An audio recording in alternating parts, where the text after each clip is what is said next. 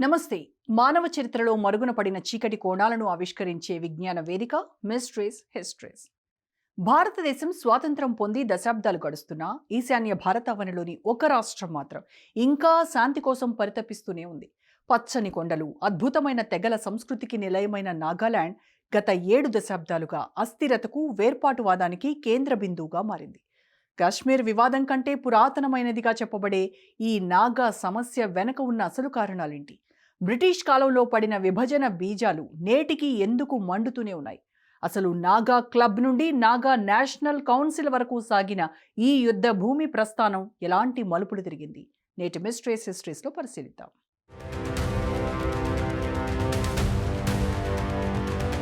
మన దేశం బ్రిటిష్ వాళ్ల నుండి స్వాతంత్రం పొందినా మన దేశంలో ఇప్పటికీ యుద్ధ మేఘాలు కమ్ముకునే ఉన్నాయి. జాతి వైషమ్యాలు ఇంకా పడగలిప్పి ఆడుతూనే ఉన్నాయి. వాస్తవానికి నాగాలాండ్ వివాదం ఈనాటిది కాదు. దశాబ్దాలుగా నాగాలాండ్ వివాదం మన నేలపై విషాన్ని చుమ్ముతూనే ఉంది. భారత్ అత్యంత సుదీర్ఘ సమస్యల్లో ఒకటి పాకిస్తాన్. భారతదేశాల మధ్య యుద్ధమైతే దేశం లోపలే అంతర్గత యుద్ధానికి దారితీసింది. ప్రతిరోజు ఎక్కడో ఒకచోట దాడులు, ప్రతిదాడులు జరుగుతూనే అట్టుడిగిపోతూనే ఉంటుంది నాగాలాండ్. వాస్తవంగా చెప్పాల్సొస్తే శాంతి చర్చలు, కాల్పుల విరమణ నడుమ ఇది కాశ్మీర్ వేర్పాటువాదం కన్నా ఎక్కువ కాలం కొనసాగినట్టు చరిత్ర ద్వారా తెలుస్తోంది. సంక్లిష్టమైన ఈ వివాదానికి బీజాలు పడింది ఇప్పుడు కాదు. ఇది బ్రిటిష్ పాలనా కాలంలోనే బీజం పడింది. దీనికి చైనా, పాకిస్తాన్ దేశాలు మరింత ఆజ్యం పోశాయి. ఆ దేశాలు రాజేసిన మంటలు ఇప్పటికీ ఆరడం లేదు.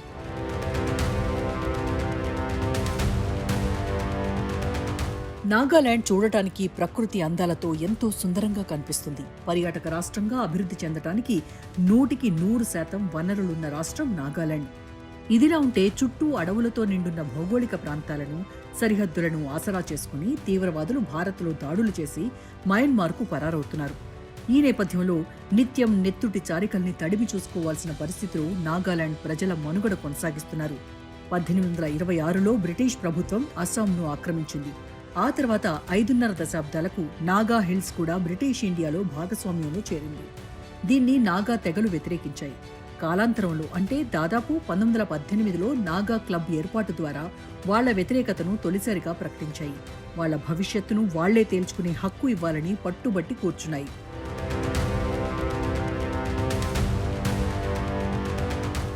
ఆధునిక భారత చరిత్రలో ఈశాన్య రాష్ట్రాల ప్రస్థానం ఒక ఎత్తైతే నాగాలాండ్ ప్రయాణం మరో ఎత్తు. పచ్చని కొండల మధ్య నివసించే పోరాట యోధుల చరిత్ర, వారి అస్తిత్వ పోరాటం వెనక ఎన్నో కీలక మలుపులున్నాయి. నాగాలాండ్ చరిత్రలో అత్యంత కీలకమైన ఘట్టం బ్రిటిష్ పాలన కాలంలోనే మొదలైంది. అంతకుముందు వరకు స్వయం పాలనలో ఉన్న నాగా తెగలు 19వ శతాబ్దంలో బ్రిటిష్ వారి రాకతో బయటి ప్రపంచానికి పరిచయమయ్యాయి. ఈ కాలంలోనే క్రైస్తవ మిషనరీల ప్రభావంతో వారి విద్య, సామాజిక వ్యవస్థల్లో మార్పులొచ్చాయి. 1918లో నాగా క్లబ్ ఏర్పాటు నాగాలాండ్ రాజకీయ చైతన్యానికి పునాది వేసింది. 1929లో సైమన్ కమిషన్ భారతదేశానికి వచ్చినప్పుడు నాగా ప్రతినిధులు వారిని కలిసి తమను భారతదేశంలో కలపొద్దని, తమ పాత పద్ధతుల్లోనే స్వతంత్రంగా ఉండనివ్వాలని కోరారు. ఇది వాళ్ల స్వయం ప్రతిపత్తి కాంక్షకు, అస్తిత్వ కాంక్షకు మొదటి అధికారిక గళంగా ప్రపంచానికి చాటారు.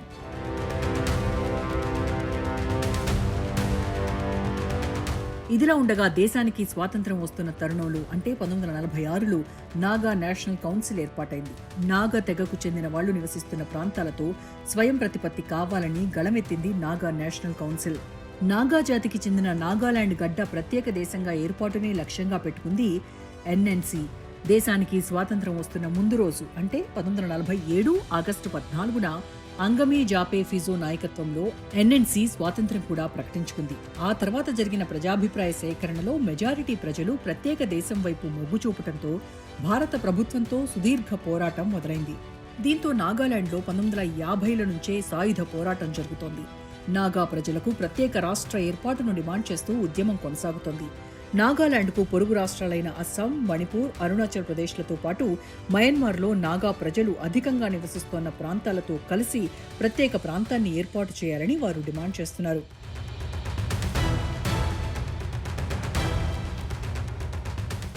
నాగాలాండ్ చరిత్ర కేవలం యుద్ధాలతోనే ముడిపడలేదు. అది అనేక రాజకీయ ఒప్పందాల సమాహారం కూడా. 1963లో భారతదేశంలో 16వ రాష్ట్రంగా ఆవిర్భవించిన సాయుధ పోరాటం మాత్రం ఆగలేదు. అటు కేంద్ర ప్రభుత్వం, ఇటు తిరుగుబాటు గ్రూపుల మధ్య జరిగిన చర్చలు, అంతర్గతంగా తెగల మధ్య ఉన్న ఆధిపత్య పోరాటాలు ఈ సమస్యను మరింత క్లిష్టంగా మార్చాయి. ఎన్ఎస్సిఎన్ వంటి సంస్థలు ఎందుకు చీలాయి? 16 ప్రధాన తెగల మధ్య ఉన్న వైరుధ్యాలు శాంతికి ఎలా అడ్డంకిగా మారాయి? నాగా అస్తిత్వ పోరాటంలో ఎదురైన ఆ కీలక ఘట్టాలను ఇప్పుడు పరిశీలిద్దాం. 1960లలో భారత ప్రభుత్వం నాగా నాయకులతో జరిపిన చర్చల ఫలితంగా 16 అంశాల ఒప్పందం కుదిరింది. దీని ప్రకారం 1963 డిసెంబర్ 1న నాగాలాండ్ భారతదేశంలో 16వ రాష్ట్రంగా ఆవిర్భవించింది. అయితే ఈ ఒప్పందాన్ని కొందరు తీవ్రవాద నాయకులు వ్యతిరేకించి సాయుధ పోరాటాన్ని కొనసాగించారు. 1975లో కుదిరిన ఒప్పందం అనంతరం అతి పెద్ద తిరుగుబాటు సమూహం అయిన నాగా నేషనల్ కౌన్సిల్ ఆయుధాలు విడిచిపెట్టింది. కానీ మరో group national socialist council of Nagaland ఆ ఒప్పందాన్ని వ్యతిరేకించింది. ప్రత్యేక ప్రాంతం కోసం పోరాటాన్ని కొనసాగించాలని నిర్ణయించుకుంది. చైనా నుంచి శిక్షణ, ఆయుధాలను పొందిన యోధులు ఈ ఎన్ఎన్సిఎన్లో ఉన్నారు. కానీ 1997లో టి ముయివా సారథ్యంలోని ఎన్ఎస్సిఎన్ గ్రూపునకు చెందిన కీలక వర్గం కాల్పుల విరమణ ఒప్పందానికి అంగీకరించింది. కేంద్ర ప్రభుత్వంతో చర్చలు ప్రారంభించింది. 1980వ దశకంలో నాగా నేషనల్ కౌన్సిల్లో చీలిక వచ్చి national socialist council of Nagaland ఏర్పడింది. ఇది నాగా పోరాటాన్ని మరింత ఉధృతం చేసింది. ఆ తర్వాతి కాలంలో ఎన్ఎస్సిఎన్ కూడా వివిధ వర్గాలుగా విడిపోయి నేటికి భారత ప్రభుత్వంతో చర్చలు జరుపుతూనే ఉన్నారు.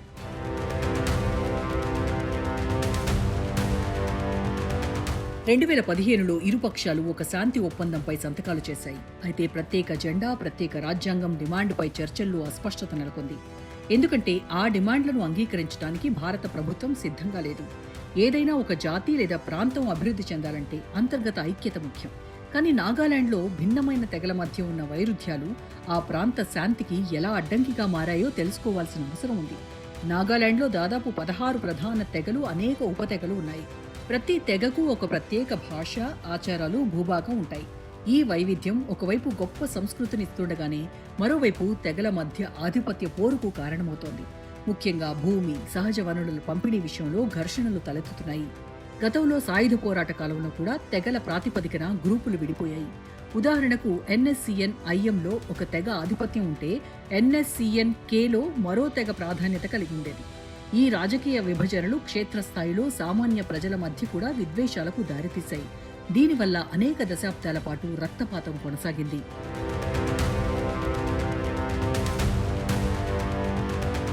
ముఖ్యంగా అంగామి, ఏవో, సుమి, కొన్యాక్ వంటి ప్రధాన తెగల మధ్య రాజకీయ అధికారం కోసం పోటీ నెలకొంది.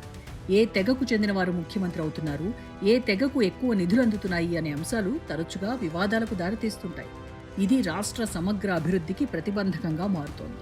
యువతలో కూడా ఈ తెగ భావన బలంగా ఉండటం వల్ల ఉద్యోగ ఉపాధి అవకాశాల విషయంలో రిజర్వేషన్లు, కోటాలు పెద్ద చర్చాంశాలుగా మారుతున్నాయి. ఒక తెగ అభివృద్ధి చెందుతుంటే తమకు అన్యాయం జరుగుతుందనే అభద్రతాభావం ఇతర తెగల్లో కలగడం వల్ల సామాజిక సమతుల్యత దెబ్బతింటోంది. అయితే ఈ వైషమ్యాలను తగ్గించడానికి నాగా, హోహో వంటి తెగల ఉమ్మడి వేదికలు కృషి చేస్తున్నాయి. అన్ని తెగలను ఒకే తాటిపైకి తెచ్చి నాగా అనే ఉమ్మడి అస్తిత్వాన్ని కాపాడటం ద్వారానే ఈ అంతర్గత సమస్యలకు ముగింపు పలకొచ్చని మేధావుల అభిప్రాయం.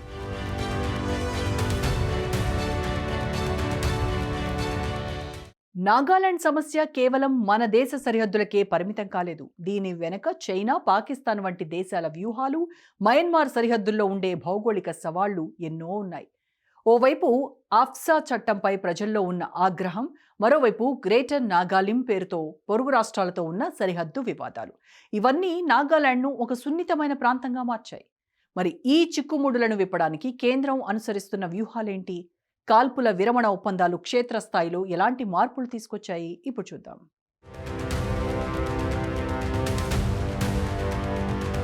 నాగాలాండ్ సమస్య కేవలం ఒక రాష్ట్ర సరిహద్దులకే పరిమితం కాలేదు. ఇది దేశ భద్రతతో పాటు అంతర్జాతీయ సంబంధాలపై కూడా ప్రభావం చూపుతోంది. ఈ సంక్లిష్ట సమస్యల మూలాల్లోకి వెళ్తే జాతీయ స్థాయిలో నాగాలాండ్ పట్ల ప్రధాన సమస్య ఏఎఫ్ఎస్పీఏ అంటే సాయుధ దళాల ప్రత్యేక అధికారాల చట్టం. దశాబ్దాలుగా అమల్లో ఉన్న ఈ చట్టం వల్ల సైన్యానికి మితిమీరిన అధికారాలు లభించాయని, దీనివల్ల సామాన్య ప్రజల హక్కులకు భంగం కలుగుతోందని నాగా ప్రజలు ఆవేదన వ్యక్తం చేస్తున్నారు. 2021లో జరిగిన మోన్ జిల్లా ఘటన దీనికి నిదర్శనం. మరో ప్రధాన జాతీయ సమస్య గ్రేటర్ నాగాలిం డిమాండ్. నాగాలాండ్ సరిహద్దులు దాటి మణిపూర్, అస్సాం, అరుణాచల్ ప్రదేశ్లో ఉన్న నాగా నివాసిత ప్రాంతాలను కలిపి ఒకే రాష్ట్రంగా చేయాలనే డిమాండ్ను పొరుగు రాష్ట్రాలు తీవ్రంగా వ్యతిరేకిస్తున్నాయి. ఇది రాష్ట్రాల మధ్య సరిహద్దు వివాదాలకు, జాతి ఘర్షణలకు దారితీస్తోంది. అంతర్జాతీయ కోణంలో చూస్తే మయన్మార్తో ఉన్న సుదీర్ఘ సరిహద్దు అతిపెద్ద సవాలు. మయన్మార్ అడవుల్లో ఉన్న తిరుగుబాటుదారుల స్థావరాలను ధ్వంసం చేయడం భారత సైన్యానికి కష్టతరంగా మారుతోంది. సరిహద్దుల్లో ఉండే ఫ్రీ మూవ్మెంట్ రెజీమ్ వల్ల తీవ్రవాదులు సులభంగా అటూ ఇటూ తిరుగుతూ దాడులకు పాల్పడుతున్నారు. గతంలో చైనా, పాకిస్తాన్ వంటి దేశాలు నాగా వేర్పాటువాదులకు ఆయుధాలు, శిక్షణ ఇచ్చి ప్రోత్సహించిన దాఖలాలు ఉన్నాయి. ఇది భారత అంతర్గత భద్రతను దెబ్బతీయటానికి శత్రుదేశాలు వేసిన ఎత్తుగడ. ప్రస్తుతం ఈ ప్రభావం తగ్గినప్పటికీ సరిహద్దుల్లో అక్రమ రవాణా, డ్రగ్స్ మాఫియా రూపంలో అంతర్జాతీయ ముప్పు కొనసాగుతూనే ఉంది. అంతర్జాతీయ మానవ హక్కుల వేదికలపై కూడా నాగాలాండ్ సమస్య తరచుగా ప్రస్తావనకు వస్తోంది. వేర్పాటువాద గ్రూపులు ఐక్యరాజ్య సమితి వంటి సంస్థలకు లేఖలు రాయడం ద్వారా దీన్ని అంతర్జాతీయ సమస్యగా మార్చడానికి ప్రయత్నిస్తున్నాయి. దీనివల్ల భారత ప్రతిష్టకు భంగం కలగకుండా ప్రభుత్వం దౌత్యపరమైన చర్యలు తీసుకోవాల్సి వస్తోంది.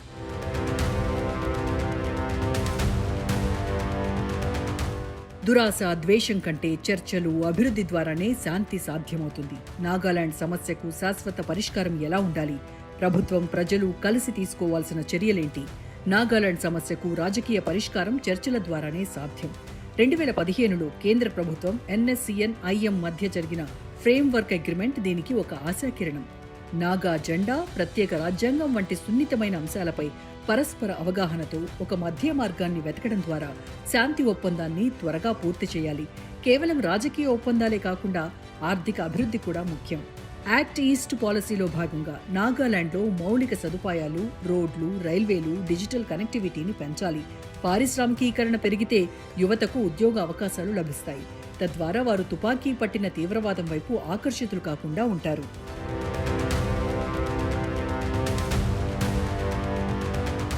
ఆఫ్స్పా వంటి చట్టాలను దశలవారీగా ఉపసంహరించుకోవడం ద్వారా ప్రజల్లో నమ్మకాన్ని కలిగించాలంటున్నారు మేధావులు. ప్రజాస్వామ్య వ్యవస్థపై నాగా ప్రజలకు విశ్వాసం కలిగేలా పాలన ఉండాలి. అలాగే గ్రేటర్ నాగాలిం విషయంలో పొరుగు రాష్ట్రాలతో ఉన్న విభేదాలను పరిష్కరించడానికి ఒక ఉన్నత స్థాయి కమిటీని వేసి అన్ని పక్షాలకు ఆమోదయోగ్యమైన పరిష్కారం చూపాలి. విద్య, సాంస్కృతిక మార్పిడి కార్యక్రమాల ద్వారా ఇతర రాష్ట్రాల ప్రజలకు నాగా సంస్కృతిని, నాగా ప్రజలకు మిగిలిన భారతదేశ గొప్పతనాన్ని వివరించాలి. ఇది మానసిక దూరాన్ని తగ్గిస్తుంది. ముఖ్యంగా యువతకు క్రీడలు, పర్యాటక రంగాల్లో శిక్షణ ఇచ్చి నాగాలాండ్ను ప్రపంచ పర్యాటక కేంద్రంగా మార్చడం ద్వారా వారి ఆర్థిక స్థితిగతులను మార్చవచ్చు.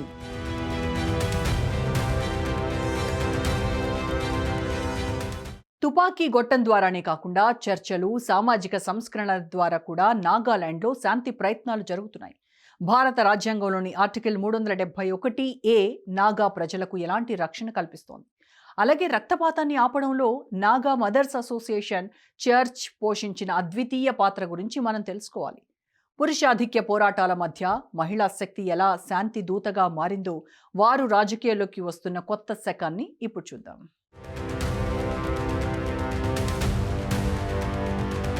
భారత రాజ్యాంగంలోని ఆర్టికల్ 371A నాగాలాండ్కు అత్యంత శక్తివంతమైన స్వయం ప్రతిపత్తిని కల్పిస్తుంది.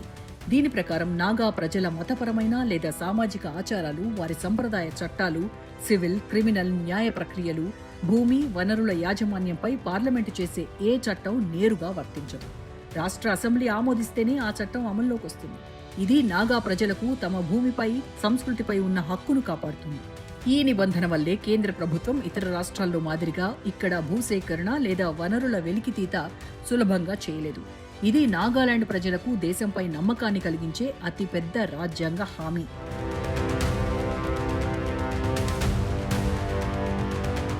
ఈ ఆర్టికల్ వల్ల అభివృద్ధి పనులకు, అంటే రోడ్లు, పరిశ్రమలకు భూసేకరణ కష్టమవుతోందనే వాదన కూడా ఉంది. అయినప్పటికీ నాగా అస్తిత్వానికి ఇది ఒక వెన్నెముక లాంటిది. ఈ ప్రత్యేక హోదా వల్లే వారు తమ పద్ధతులను నేటికి కొనసాగించగలుగుతున్నారు. శాంతి చర్చల్లో కూడా ఈ ఆర్టికల్ను మరింత బలోపేతం చేయాలనే డిమాండ్ వినిపిస్తుంటుంది. వేర్పాటువాదాన్ని తగ్గించి భారత సమాఖ్య వ్యవస్థలో వారిని గౌరవప్రదంగా ఉంచడానికి ఇది ఒక ప్రధాన సాధనం. చివరగా జమ్మూ కాశ్మీర్లోని ఆర్టికల్ 370 రద్దు తర్వాత నాగాలాండ్లో కూడా 371A పై ఆందోళనలు వ్యక్తమయ్యాయి. కానీ కేంద్ర ప్రభుత్వం ఇది కొనసాగుతుందని హామీ ఇవ్వడం ద్వారా అక్కడి ప్రజల్లో భరోసా కల్పించింది.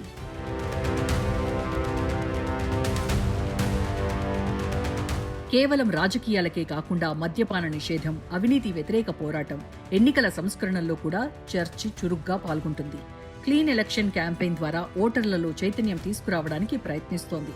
అయితే కొన్నిసార్లు చర్చ్ జోక్యం మితిమీరుతోందనే విమర్శలున్నప్పటికీ గిరిజన తెగల మధ్య ఉన్న విభేదాలను తొలగించి వారిని ఒకే వేదికపైకి తీసుకురాగల ఏకైక శక్తి చర్చ్ మాత్రమే. శాంతి ఒప్పందం ముగింపు దశకు రావటంలో వీరి కృషి ఎంతో ఉంది. నాగాలాండ్లో ఏ రాజకీయ ఒప్పందం కుదిరినా దానికి చర్చ్ ఆశీస్సులు, మద్దతు ఉంటేనే అది క్షేత్రస్థాయిలో విజయవంతమవుతుంది.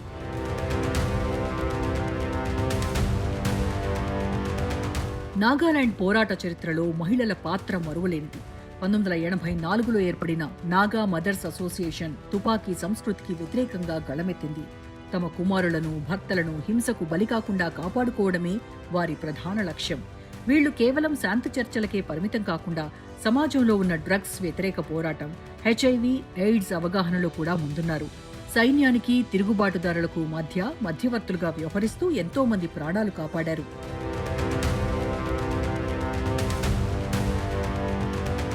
యుద్ధం వల్ల అనాథలైన పిల్లల కోసం, వితంతువుల కోసం వీరు చేస్తున్న సామాజిక సేవ వెలకట్టలేనిది. ప్రభుత్వానికి, ఎన్ఎస్సీఎన్ గ్రూపులకు మధ్య ప్రతిష్టంభన ఏర్పడినప్పుడల్లా మహిళా ప్రతినిధులుగా వీరు వెళ్లి చర్చలు పునఃప్రారంభించేలా ఒత్తిడి తెచ్చేవారు. రాజకీయాల్లో మహిళల ప్రాతినిధ్యం కోసం కూడా వీరు పోరాడుతున్నారు. నాగాలాండ్ చరిత్రలో ఇటీవలే తొలిసారిగా మహిళలు అసెంబ్లీకి ఎన్నికయ్యారు. దీని వెనుక దశాబ్దాల తరబడి మహిళా సంఘాలు చేసిన పోరాటం ఉంది. స్త్రీ శక్తిని గౌరవించే నాగా సంస్కృతిలో ఈ మాతృమూర్తుల మాటలకు అత్యంత విలువ ఉంటుంది. సమాజంలో శాశ్వత శాంతి నెలకొనాలంటే మహిళా సాధికారత, వారి భాగస్వామ్యం అత్యవసరమని వీరు నిరూపించారు.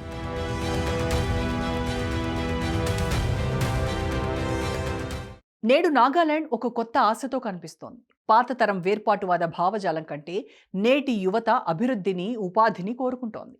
యాక్ట్ ఈస్ట్ పాలసీ ద్వారా నాగాలాండ్ ఆసియా దేశాలకు ఒక ముఖద్వారంగా మారబోతోంది. హార్న్బిల్ ఫెస్టివల్ నుండి ఐటీ స్టార్టప్ల వరకు నాగా యువత ప్రపంచంతో పోటీ పడుతోంది. పర్యాటక రంగం, సేంద్రియ వ్యవసాయం ఆ రాష్ట్ర రూపురేఖలను ఎలా మార్చబోతున్నాయో ఇప్పుడు చూద్దాం.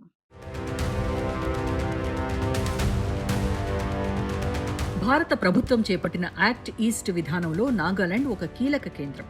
మయన్మార్, థాయిలాండ్ మీదుగా ఆగ్నేయాసియా దేశాలతో వాణిజ్యం పెంచడానికి నిర్మిస్తున్న ఆసియా హైవే నాగాలాండ్ గుండా వెళ్తుంది. ఇది రాష్ట్ర ఆర్థిక చిత్రాన్ని మార్చే అవకాశం ఉంది. పర్యాటక రంగం నాగాలాండ్కు అతిపెద్ద ఆదాయ వనరు. హార్న్బిల్ ఫెస్టివల్ ద్వారా ప్రపంచం నలుమూలల నుండి పర్యాటకులను ఆకర్షిస్తున్నారు. దీనివల్ల స్థానిక యువతకు ఉపాధి లభించడమే కాకుండా వారి సంస్కృతి ప్రపంచానికి పరిచయమవుతోంది.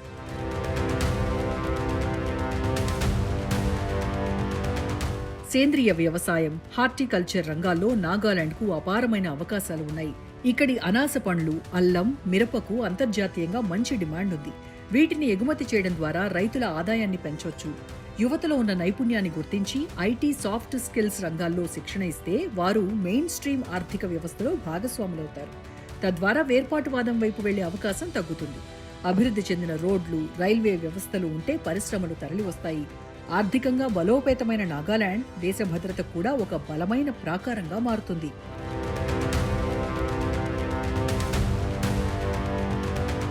నేటి నాగా యువత విద్యావంతులు, ప్రపంచీకరణకు ప్రభావితమైనవారు. వారు కేవలం గతం గురించి పోరాడటం కంటే తమ భవిష్యత్తు గురించి ఆందోళన చెందుతున్నారు.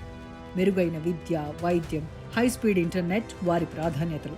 సోషల్ మీడియా, ఇంటర్నెట్ వాడకం వల్ల వారు మిగిలిన భారతదేశంతో, ప్రపంచంతో కనెక్ట్ అవుతున్నారు. క్రీడలు, సంగీతం, ఫ్యాషన్ రంగాల్లో నాగా యువత అద్భుతమైన ప్రతిభను కనబరుస్తున్నారు.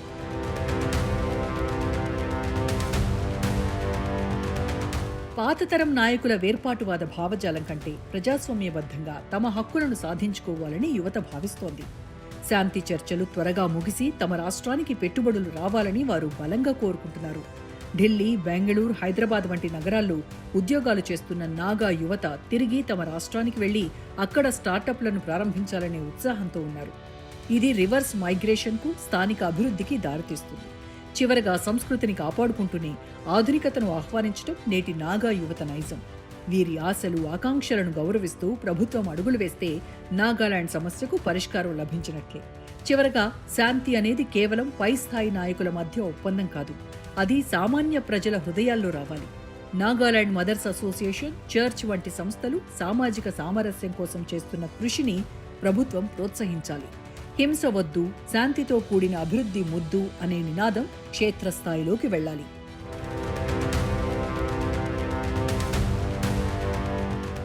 దశాబ్దాల పోరాటం, వేల మంది బలిదానాలు చూసిన నాగాలాండ్ నేడు శాంతి కోసం పరితపిస్తోంది. చరిత్రలోని చేదు జ్ఞాపకాలను చెరిపివేసి అభివృద్ధి పథంలో ముందుకు సాగడమే నేటి అవసరం. జాతీయ సమగ్రతను కాపాడుతూనే నాగా ప్రజల ప్రత్యేక అస్తిత్వాన్ని గౌరవించినప్పుడే ఆ కొండల్లో శాంతి గీతం శాశ్వతంగా వినిపిస్తుంది.